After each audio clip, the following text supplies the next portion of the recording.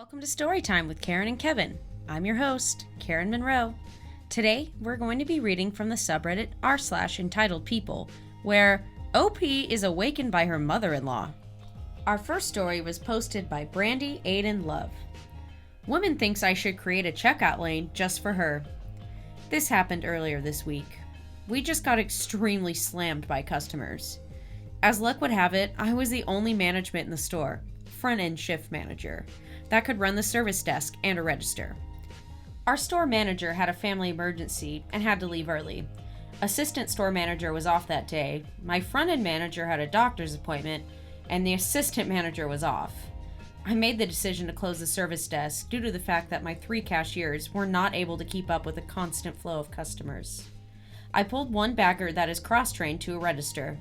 I called the 2 daytime stock to help bag, plus our floral person and our general merchandise person were bagging. The other 2 actual baggers were tag teaming on bagging and keeping carts inside. So I had 5 registers open and a bagger/runner for every lane.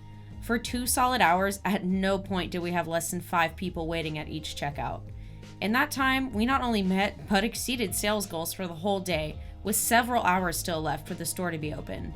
There was no way to have predicted this. It happened during what is usually our dead zone, and all departments use that time to go regroup and restock. To say it was a madhouse is the biggest understatement I can make. Back to the service desk. I put up a sign saying the service desk was closed. If I saw anyone lingering, I would send someone that way who was bagging to inquire what they needed and to inform them that it would reopen at X time. Thankfully, most that did linger were understanding and just wanted lotteries, so they were directed to the self-service machine. The few that wanted money services were understanding that they could come back in a little bit. No one had wanted refunds or exchanges, or I would have had to shut down my register to help them. Except for one lady. After she had waited at the desk about 10 minutes, I sent Buddy to see what she wanted. She told him she was just waiting. Okay. Another 10 minutes and Jane ran to see what she wanted. She asked if Jane could run the desk, to which she replied no, only I could and I was on a register. She said she would wait. 20 minutes later, we could see it was starting to slow down. I announced my lane was closing so I could attend to the service desk. We still had 2 to 3 people at each register, but it was manageable with 4. It still probably took me another 5 minutes to clear my line, so this lady has waited a good 45 minutes, standing in the same spot. Me, hi, I'm really sorry for the wait. How can I help you? Entitled woman, I need to be checked out. She shoves her small pile of groceries further back on the desk towards me. Me, slight pause to process what she has just said to me after waiting that long. I'm sorry, but we do not check out groceries at the service desk. Pointing at the sign above my head. The service desk is for inquiries, refunds or exchanges, money services, or lottery. You'll have to go through a register to purchase your items. Entitled woman, I can't stand that long. I need to pay here. Me, pause again to process that 1, she doesn't have a cart or any mobility aid, and 2, the items she has mean she walked all over the store without a cart or a handbasket, so she carried all of them. Me, again, I'm sorry, but we just don't check out groceries here. Entitled woman, do you have a disabled lane, a self-checkout, or at least an express lane? Me, Register X meets all ADA requirements for a disabled lane, as there's extra room for mobility aids.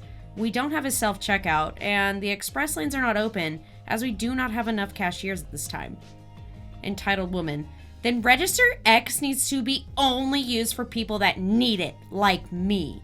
Now, I can't stand in lines that long. Here's what we're gonna do. I'm going to give you $40. That should more than cover this. Then you can just ring them in at a register later and keep whatever is left. Me, I know my mouth is hanging open and my eyes wide at what she just said. No ma'am, that is not how this works. How this works is, if you want these groceries, you have to take them to an actual register where they scan them, tell you the total, you pay, and then you leave. I can get you a cart if you need something to lean against, but you have to go through a checkout lane. If you do not want to, you can leave your items here and we will put them back later when the night crew comes in. Entitled woman, I know my rights as a disabled person, and you have to make accommodations for me. Now, you just go over there and open that express lane and check me out. Me. Ma'am, this store is ADA compliant with auto-open doors, a ramp at the entrance and exit, disabled parking, there's 3 electric carts, and a wheelchair for customer use, along with a lane with extra room.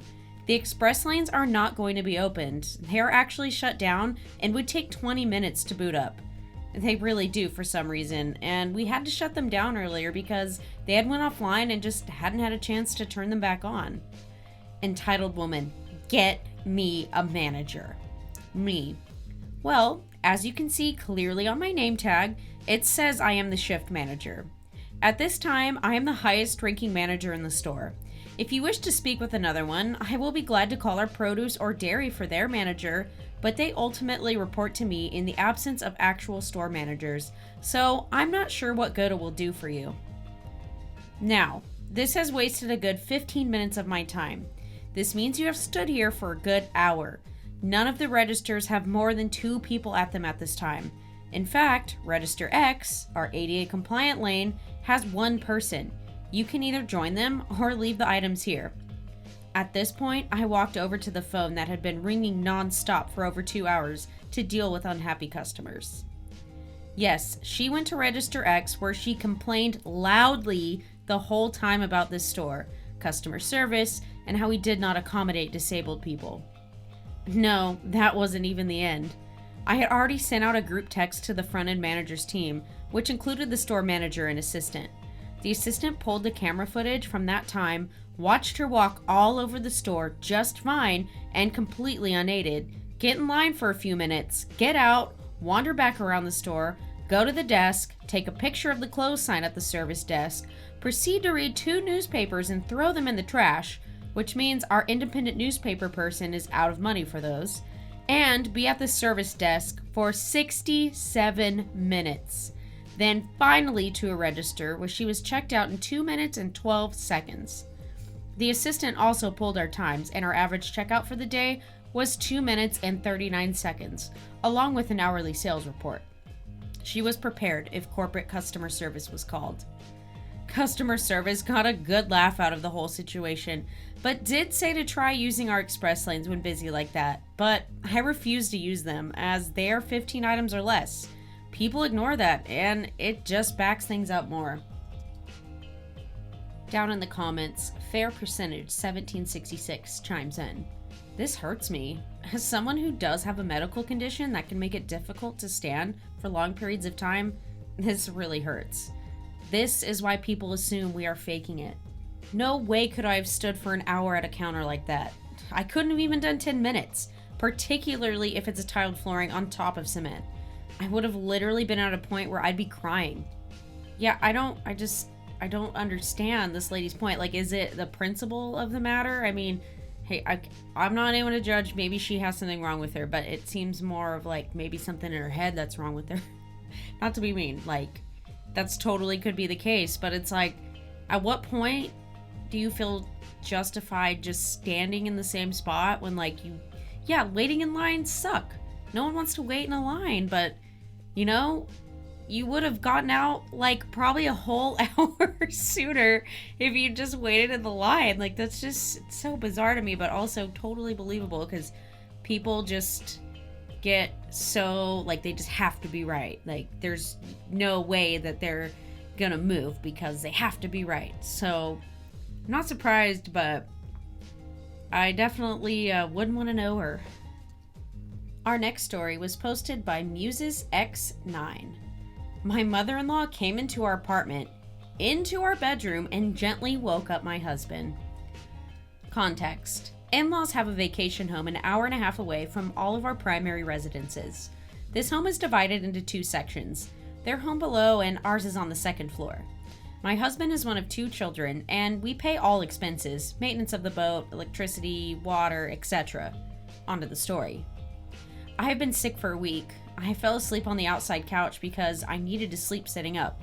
It was horrible trying to sleep sitting up, so I was exhausted. Around 4 a.m. I woke up and, missing my bed, went back to my room to snuggle with my husband. Of course, I had a little bit of a tough time getting to sleep. Finally, after what seemed like an eternity, I was knocked out. This bliss was temporary. Less than 4 hours later, I am startled to see my mother-in-law laughing like a sneaky child at Christmas to wake my husband up with caresses. I stared at her shocked, and her explanation was that she had had a bad dream about him. She had heard me at 4 a.m. and knew I had gone to my room to sleep, but felt entitled enough to wake me from 4 hours of sleep. In our apartment. In our bedroom. I told my husband that I was beyond peeved. I told him that we need to pay more rental-wise so that she doesn't feel entitled to pull this crap. Her obsession with my husband is unreal. You would think after 35 years she'd get over not having her baby at her beck and call. It's a known joke amongst everyone, including the younger sibling who is resentful. Rightfully so. My husband thinks she had a moment of insanity, and I need to let it go. I think we need to pay rental money so she doesn't feel entitled since she owns the house. What is... He's not startled by this behavior? That is... What? This is crazy. Like, okay, something might be wrong with his mom. Like, who does that to a grown man who's, like, married? That's... No. Never. Like... Unless there was some type of emergency, you don't just barge into somebody's room. Oh, God, I don't know. I might move out. I don't know about increasing rental money will do anything. I think it might be time to find something else. I don't think that's worth it because she already got away with it once. Probably gonna do it again. That's all for today. Thank you so much for listening. We really appreciate it. If you like what we do and want to support us, you can become a donor on Anchor FM. You can also follow us on all of our social media accounts. They will be linked in the description down below. See you next time. Bye.